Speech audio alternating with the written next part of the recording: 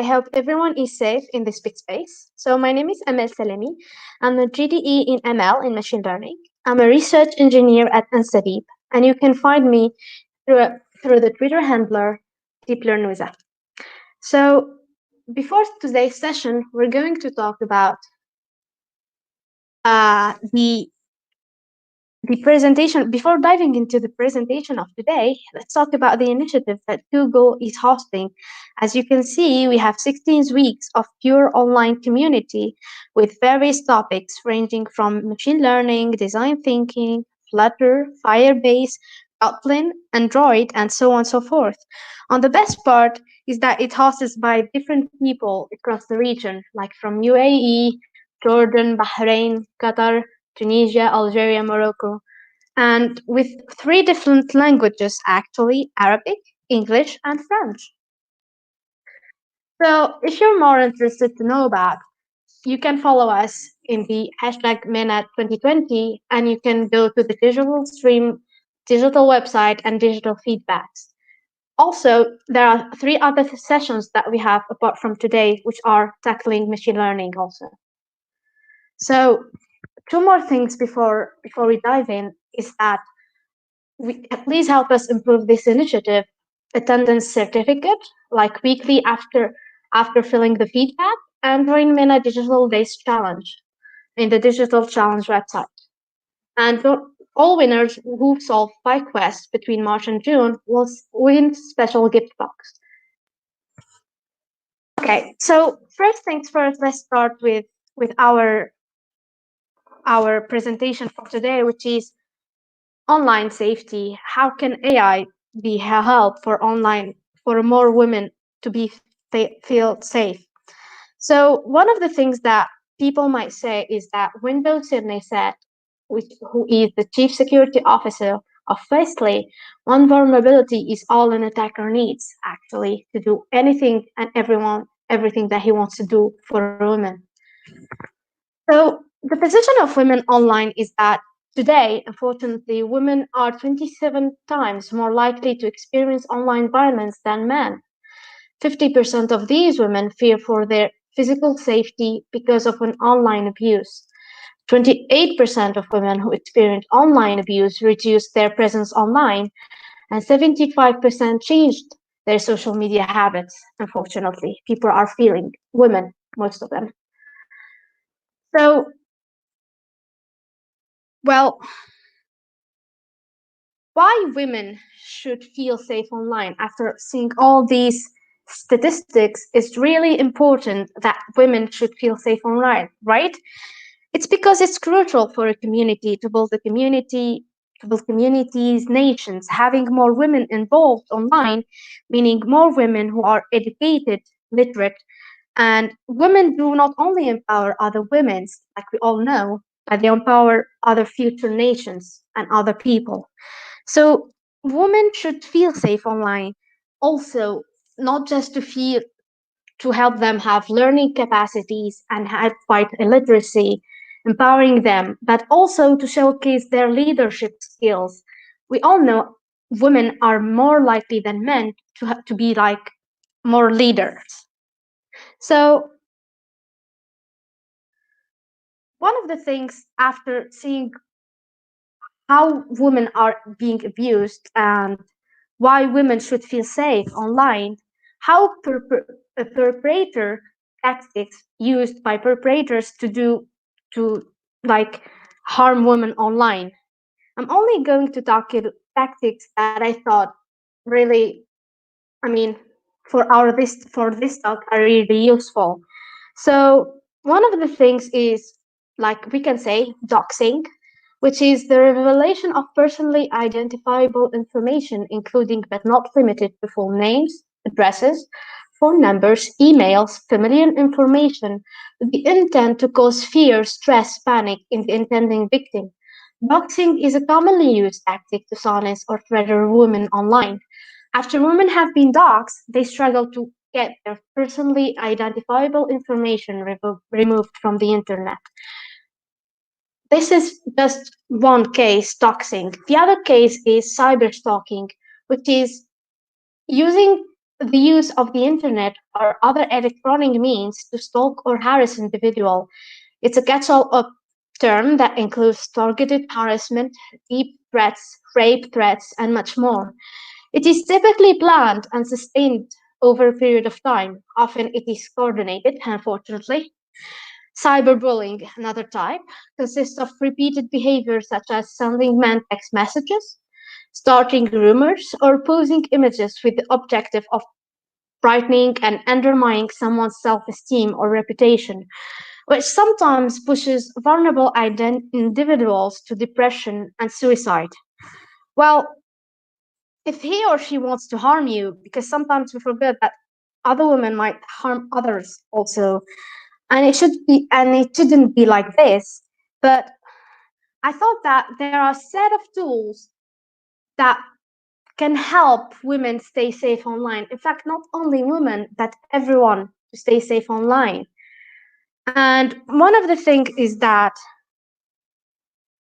SNS. Well, SNS is like a Korean term for social network services, which is basically social media.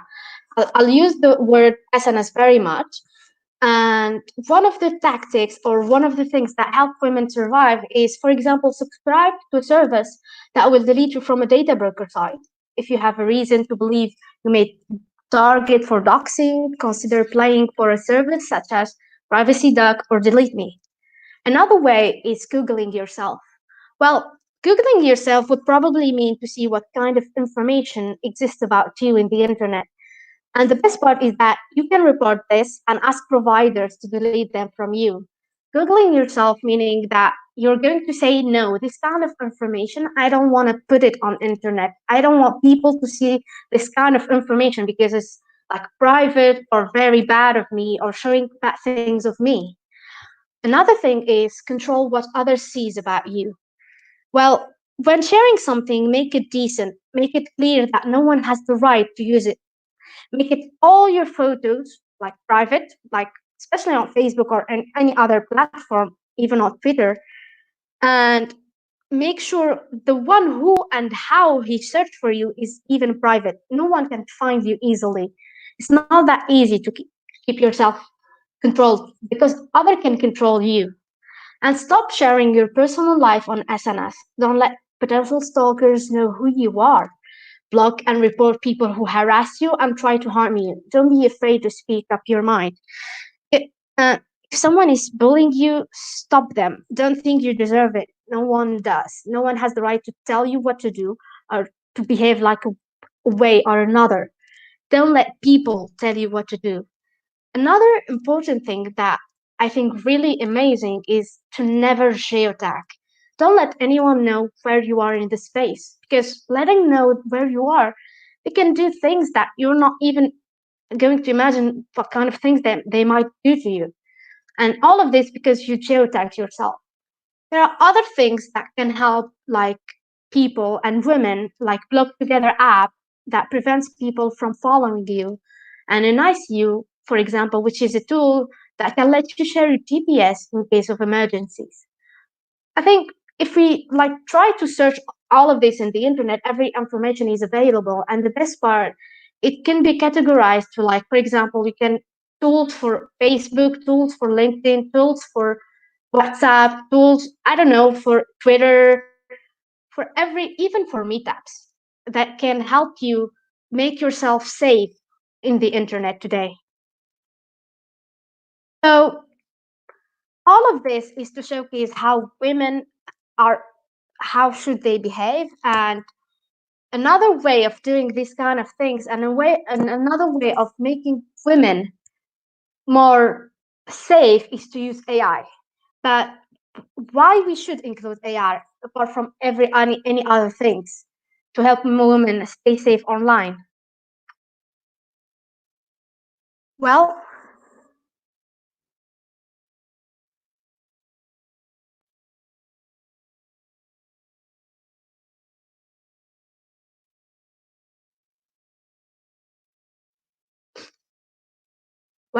there are certain things that we should know about why AI products are not adapted before. And AI products are not adapted because, first of all, we have lack of trust, the complexity of launching an AI products. So, if you say, for example, one of the lack of trust, one of the biggest difficulty in machine learning is the lack of trust. Billions of dollars have been spent prototyping with very little success in the real world launches. Essentially, one of the most fundamental values of doing business is trust. Trust comes from involving different parties slash options in the entire development phase, not done in the prototyping phase. Another problem is the complexity of launching. Building a prototype is easy, but there are tons of other entities that we need to be considered, like marketing, design, sales, etc. AI products also do not take into all account stakeholders. And by stakeholders, I mean people who are concerned about all these kind of things. AI products do not often take into all accounts the stakeholders and are many instances about how AI can be biased. The best part of all of this is that, as you can see, the problem are not technical. That's why everything that can be achieved with the right mindset and team. I mean, if we have the right people around you, people who believe trust, privacy is really important thing before launching a product. It can alleviate and can be a difference between the team that doesn't believe in the privacy kind of aspects when talking about AI. Well, how to make AI how to make AI more successfully adopted? Like there are different sets, right? But how do we make it? Well, in order to solve the above challenge and build more successful AI products, we need to focus on more collaborative and community-driven approach. Because everything starts with the first step. Community can change a lot about something, about a problem, especially like a social problem like this. Because social problems, people don't want to solve them, especially when it's hard and they have other kind of misinformation and miss everything about them in between. So community is really important to be able to make AI more successfully adopted. Involve different groups, especially women, for the middle of the talent pyramid. I mean,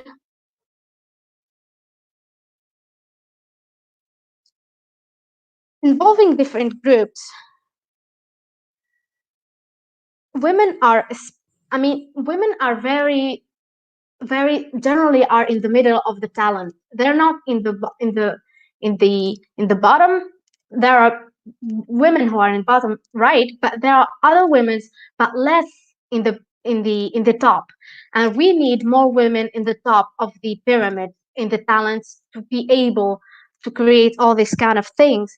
Because historically speaking, there are few women in the top talent of the pyramid. Second step is build a communal and collaborative bottom-up team with different stakeholders, again, who people who are concerned all about these kind of problems. I mean, we need more collaboration between men and women, as well as different stakeholders to launch a product successfully in the real life based on common values, beliefs, and a bigger vision. So the third thing is that to create the right organizational structure for collaboration. A possible structure could be everybody is powerful and everyone is powerless. I mean, if everyone is even or equally even, everyone has the right to speak up their minds, everyone has the right and the potential to be someone. And after seeing in real life how can we make AI more adapted, let's see the tools that AI can help women fight. So, okay. So one of the things that I wanted to share with you today is there are existing solutions and upcoming challenges, and we'll talk about more how can we use AI to build a safer world for a woman or for her. So first of thing is that there is a platform named Omdena which builds AI through global collaboration for real world problems. You can Google it, omdena.com, as you can see. Uh, I choose actually two of the solved challenges, the existing ones. This platform is very public, and there is an upcoming challenge which is hosted by Kaggle, and then I will talk about later. But first of all, I chose only these two kind of problems because they can be leveraged to be talked and to be put in a situation for a woman, like AI for safety, preventing gang and gun violence, or the automatic classification of sexual harassment cases. So, for the first case, or for the first challenge, according to the challenge, some believe that bolstering school security will deter violence. The solution is spotting and preventing gang and gun violence. First, a tool was created to label tweets, faster and label the machine learning model to predict whether the tweets are threatening or not threatening. A community network-based analysis resulted in a directed graph, and by using Gervan-Newman algorithm, the community in the network could be also detected using PageRank values of each node. The influential members of the node were identified. You can read all more about this problem and how people find solutions to solve these kind of problems, especially for tweets and preventing threatening women and threatening people through tweets in omdena.com. The second one is automatic classification of sexual harassment cases. The dataset was provided best by Safety, in India and an open source other dataset. So Safety is another uh, like community that helps provide solutions for women and more social problems for women in India.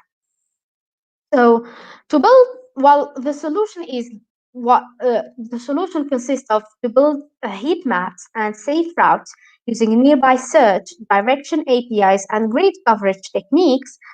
Part of the solution is a sexual harassment category classifier and the application of a CNN, which is a convolutional neural network, and an LSTM to predict places at high risk of sexual harassment incidents. So, what is this all about? In India, there are women, there is rape. Everyone knows that. And rape is a very bad thing, especially if you're going back to your home after, I don't know, after work or after seeing a friend. And because some routes tend to be very harmful for women and have more, let's say, rape percentage or than other routes, this app will and this solution will help you find the best route to going from one place to another one without going to the places or routes or roads that have the more the more accuracy that you are get raped or something. So the fun part of this is that there is an upcoming and running challenge by Kaggle. So after talking about the existing solutions, again, you can see them at omdena.com. Well, I wanted to share also with you an upcoming challenge, or let's say a running one, which is a Kaggle competition, toxic comment classification challenge hosted by Jigsaw. Well, as you can see, this Kaggle competition is it has been, I think, 2 days since it started. And the best part is that Abhishek, who is a very well-known Kaggler, put things on his YouTube channel so that you can use if you don't know exactly where to start from. Okay, another thing that I wanted to share with you today is how can we use computer, let's say, AI tasks to help prevent kind of social bad behavior like harassment, cyberbullying, stalking, and all these kind of things. And it's very intuitive. It just needs to create an app, and this app can be very powerful. So one of the tasks, sorry, that I have chosen, which are computer vision, speech recognition, NLP as a start, and then we'll see afterwards the other ones.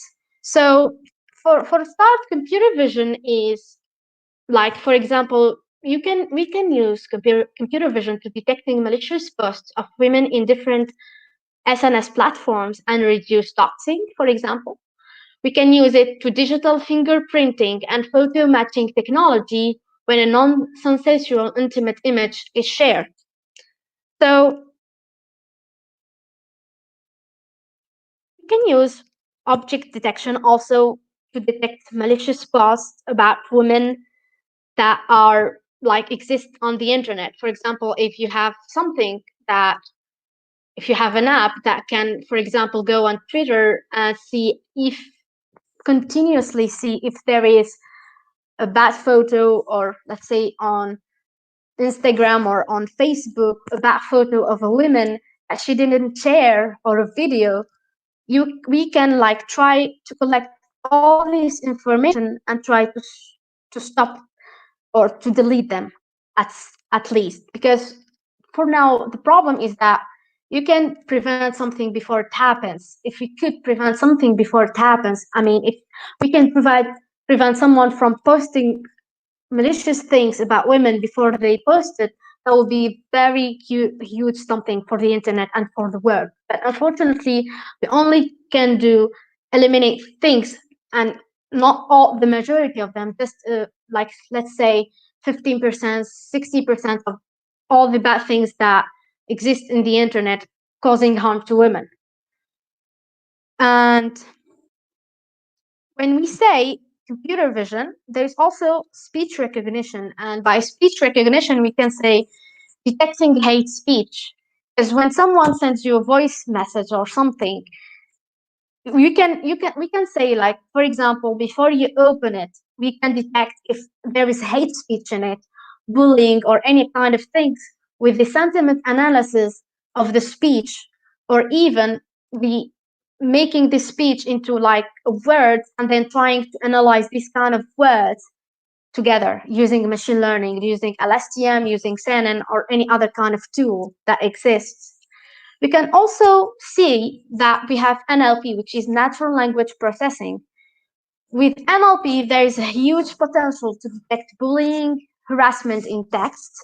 Like, for example, if you want to categorize something as a spam, you say, for example, this message could be a spam for you. And before you open it, we can say, don't open it, or don't see it, or let's try to delete it immediately because there are hate speech or bullying or any kind of things. We can classify toxic commands. It's very feasible. And one of the most important things is sentiment analysis. And when we talk about sentiment analysis, there is something very, it's more of a research thing than a very existing tool. But if we can, for example, detect from someone's behavioral, someone who sends you voice messages or norm text messages, and try to detect the intention of this person. For example, if he's trying to bully you, or probably he's going to bully you in the future, or if he's going to harass you in the future, or if he's going to take your photos or try to look something out in your profile or something, we can try to use this with sentiment analysis using NLP or even speech recognition, combine them together, and then we have like an EQ in EQ apps. In EQ apps, it's like, I thought about it. It's like you're having someone who is or an app which is emotionally intelligent and know exactly if someone is going to harm you at a certain level. Well, another thing that I wanted to talk about is process automation. And by process automation, I think the more we build tools to automate the process, like for NGOs, law firms, to be able to protect victims of harassment, the more it's better. And unfortunately, today, it's very hard, even for women, when they have all these kind of bullying, and all these kind of things on their SNS, they can't seem to find a way to collect all the information. Collection takes time, takes energy, takes money, and all these will facilitate things for law firms and NGOs to fight for the women rights. Another thing is proactively detecting indecent images and videos shared without permission. It's like you're having an app in the background, and this app will try to figure out if you have something about you in the internet and try to delete it, and or someone shared something malicious about you without even your permission. If you can find all these kind of things, that would be really awesome. Also, developing a profile picture guard for a woman to prevent access to and sharing of their photo across social media. So, one of the things to mention before like explaining the third part is that the second one does actually exist, but unfortunately, it's only for big companies like the one that share the SNS world. So it would be really appropriate to have it for every for every cross other cross platforms.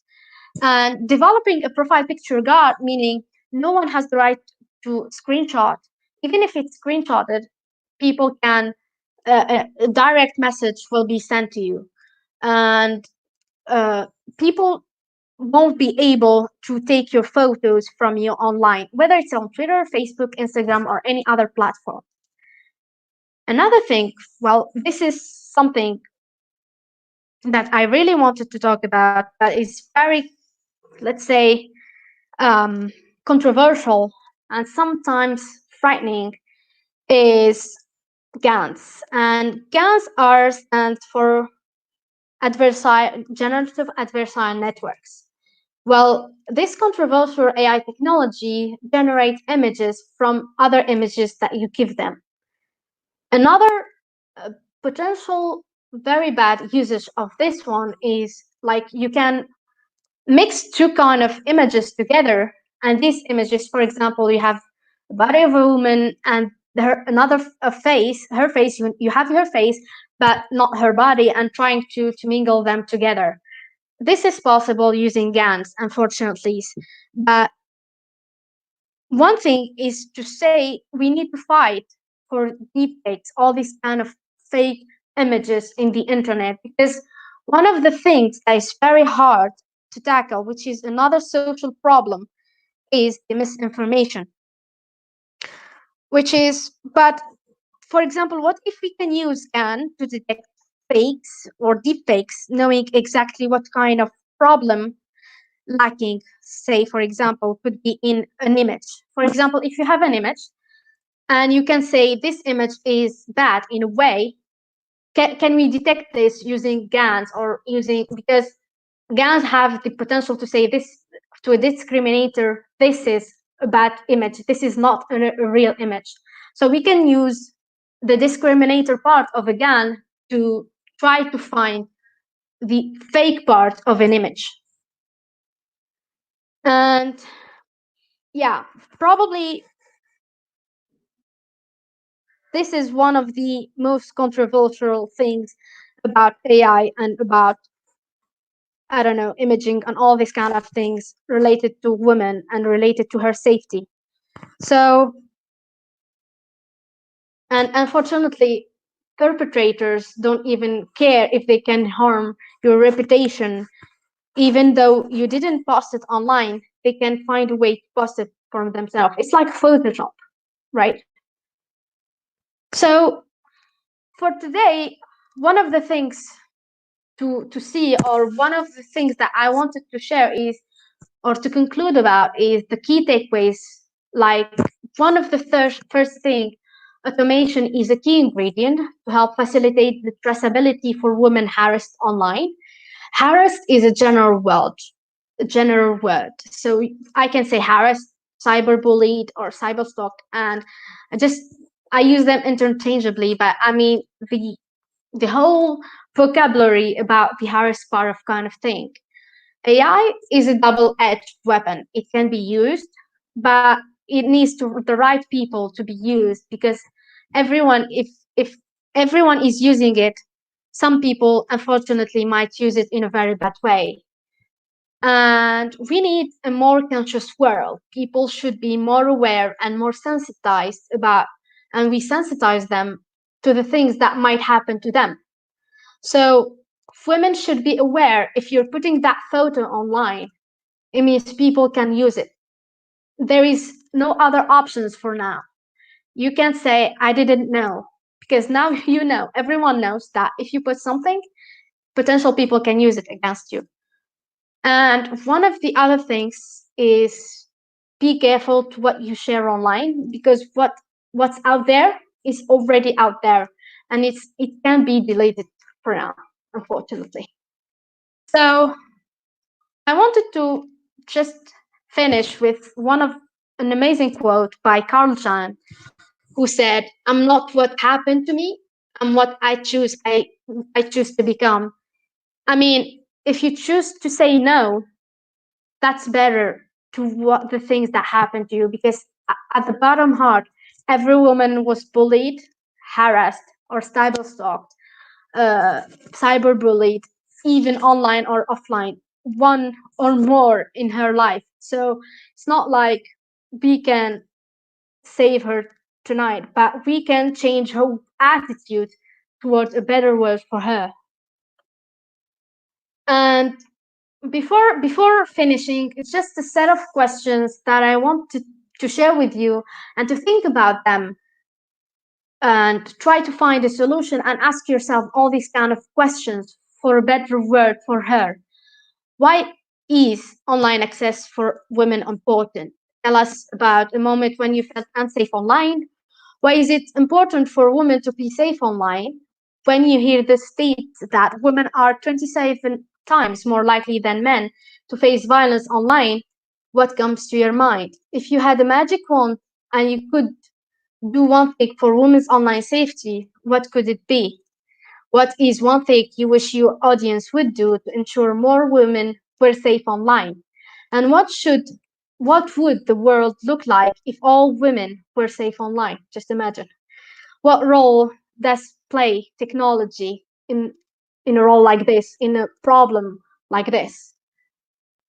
And with that, I say the journey of 1,000 steps start with the first one. And the first one, I think, is the more we sensitize women and the more we're community driven, the more we're going to tackle this problem and find a solution for it. Thank you very much, everyone. And last thing is please don't forget to stay safe at home. Uh, Thank you. If you have other questions, I'm ready to answer them.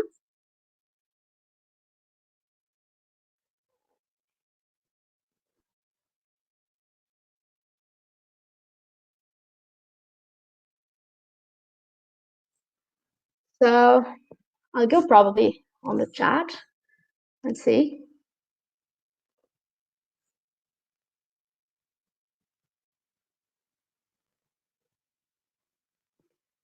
So,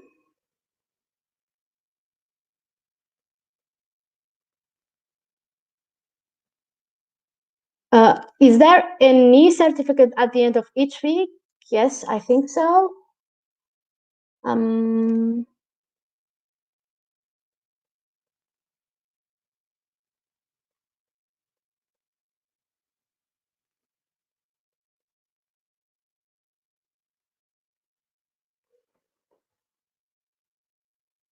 okay, what's the future of AI?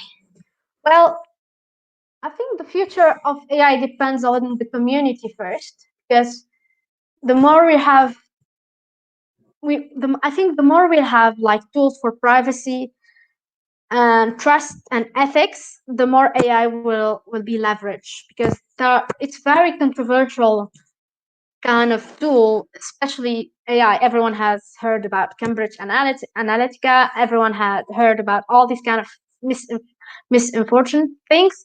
So I think the future of AI depends on the community and depends on solving real world problems today. and one of the most important one is privacy. So, but I think AI will help automation of every kind of aspect in this world. It's not going to be the same before and after the COVID. I know that, and I'm sure about it. Yeah. Mm, any other questions before? No.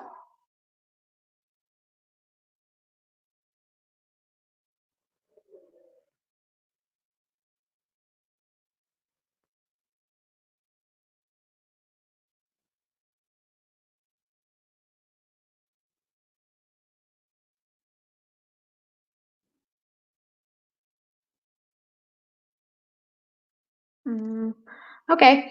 Perhaps it would be good to have like to have your opinions about these kind of questions. Like, for example, why online access for women is important to you. If someone can like on the chat share her or his point of view, and we can read it together. Or if you want to like I don't know share your point of view if about any kind of all these questions, that would be lovely.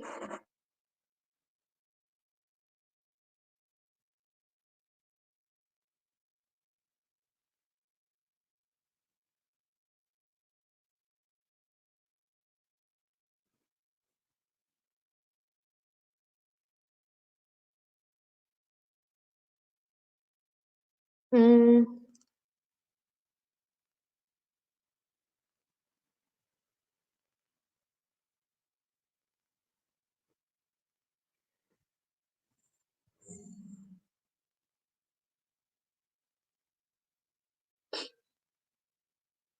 okay, I think I'll try to answer some of these questions myself. Okay, so before that, I think I'll answer one question, which is what are the best practices in the artificial intelligence discipline for a beginner? So I think for a beginner, what one of the most important things is to have the right set of tools and the right set of things to do. For example, for me, it started by doing lots of projects. And the other thing is like reading the deep learning book by Ian Fellow and Yoshua Benju is really amazing. I can share them tomorrow with you if you want in the computer vision session. There is also like doing lots of projects offline, like using Google Colab, using all this set of tools to help like build a better AI. And everything is basically online. So when you, for example, if you want, you can compete in Kaggle, you can compete in Zindi, which is like the African version of Kaggle, and help learn lots of new things and lots of new techniques. And I think the best practices is try at least 1 or 2 hours a day or a week. It depends on your schedule for AI, because the learning curve is like basically it needs time because there is lots of things, there is lots of mathematics there is lots of information, and there are different kind of like topics, like there is computer vision, there is NLP, there is speech, there is deep learning, there is reinforcement learning, and it depends what kind of AI you want to build. And I think for a beginner, the most important thing is to practice. And the more you practice, the more you see things on GitHub, and you try to read papers and all these kind of things, the more it's better. So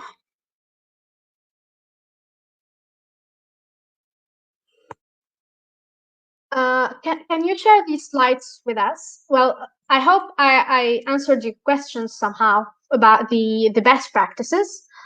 And for sharing slides, yes, I think we will share it with you later. Another question is there any tools out there to judge whether a woman has been harassed or not? I think it depends whether you mean a woman for herself. If a woman, she knows if she is harassed, she probably would feel it, because or like bullied or anything. But from out there to see, for example, it's like you're having a note with people around you and you want to check if a woman or someone you know has been harassed. I don't think that there is a tool like this. But for example, judging is, I think the ones who are going to judge right now are mostly NGOs and law firms. They are the ones to say if you're bullied or you're, I don't know, but minor things happen, I think, every day, every time for women. So I think lots of women, I mean, at least one time was like bullied or harassed in a way or another, online and offline. So tools that exist are more like to prevent, to delete things from the internet, to to to say for her if you can go through a certain path or something in a road, but not to detect exactly if a woman has been harassed. I've never seen it. For me, I've never seen it. Yeah.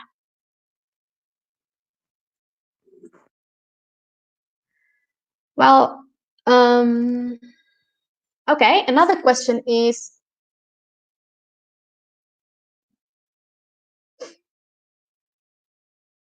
okay,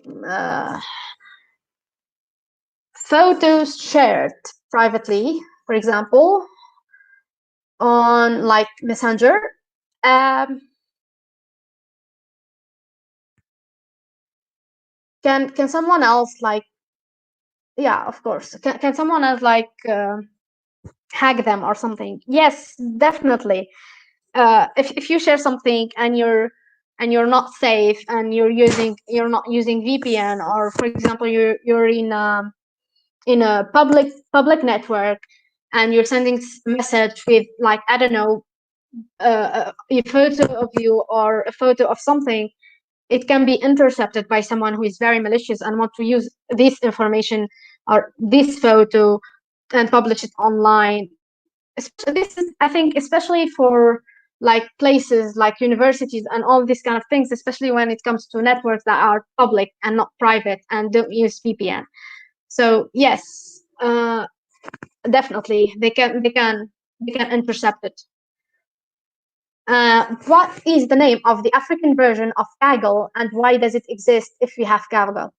Well, that's a good question. The African version name is Zindi, and why does this exist? Because I think this would probably help African feel more at ease.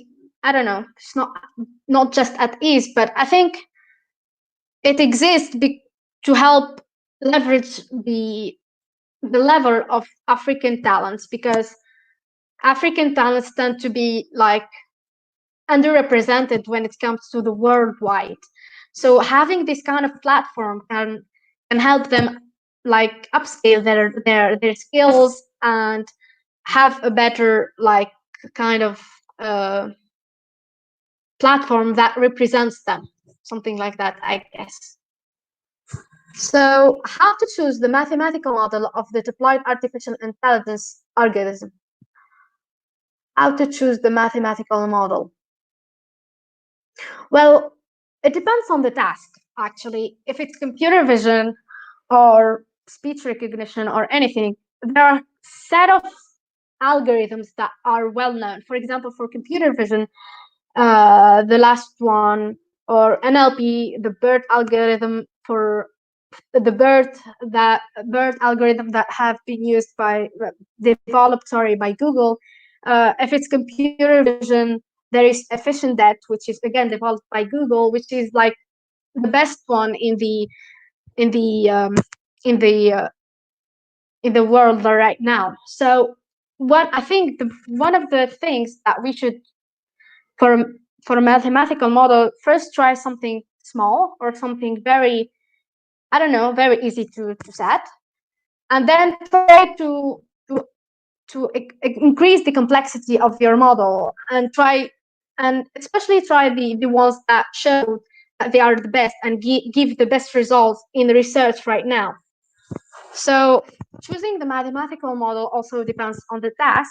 For example, in computer vision, there are like 3 or 4 tasks. It differs from object detection to image classification to, I don't know, instance segmentation or semantic segmentation.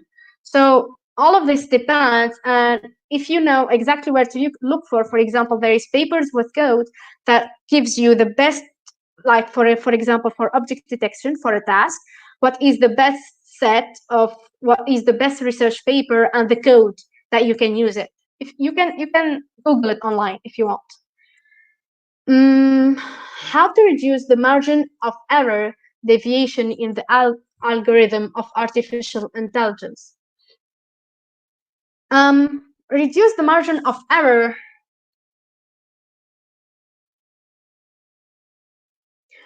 I think, well, it depends on what do you mean by error, because error is not just error. Okay, for this is for machine learning, this is the process. You have data, you have a model, and then you train your data on your model, and then you have your error tests, right? You test after you train your model, you test your model on a new data that he didn't see before. So this data that he didn't see before can give you your error. And this error, for example, if you have like, you can have like, let's say 80%. If you say, for example, you have 80% and your model gives good results, it's good. But I mean, 80% by accuracy, right? But if, for example, if your model has like a 70% or not, let's say 70%, and gives better results than the one that you have used before. So the error kind of things, it depends of how many right element did your model give. And one way to reduce this kind of error is by using data augmentations. For example, if you're using, for example, unbalanced data, and by unbalanced, I mean, for example, if you're doing a classification of images from dogs and cats, if, for example, you have 100 images and 80% of them are, or let's say 80 are images of cats and only 20 are images of dogs, it's going to be unbalanced data. So you need to add more number of images of dogs to have a balanced data set. And this balanced data set can help you classify better your the things that you want to classify, right? Another thing is um, add the complexity of your model. Perhaps your model is just not they did not learn enough because it's not very powerful or it's very simple model. So you need to use more complex models. And also you can use cross validation techniques. I mean, you have your data set, you split your data set on test, train, and validation, and you cross fit. I mean, you change between all these kind of sets together.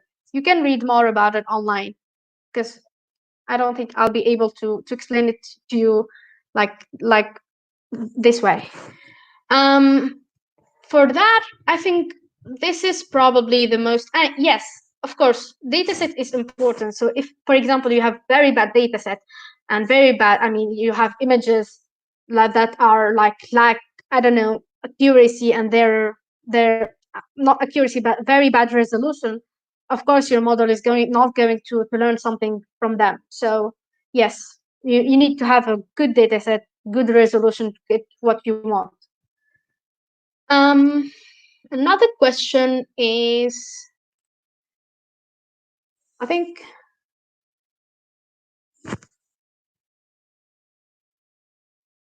does the data represent the population? How can you balance the data? So balancing your data is that you have the same number. For example, like I said, you have images of cats and dogs. You just need to have the same number of cats and the same number of dogs. Otherwise, you're going to have your model going to shift more for cats than dogs in your like testing when for your labels. So basically, yeah, this is what balanced data mean. And okay, so if there is no other question, I think uh, we can stop here today. So please, after this session, try to join the other session. There are amazing people who are going to talk about amazing, really amazing things. And if you're interested in computer vision, please join me tomorrow. We'll talk about more computer vision and all these kind of things aspects. Thank you very much for attending. Stay safe and happy to see you again. Happy hacking. Goodbye, everyone.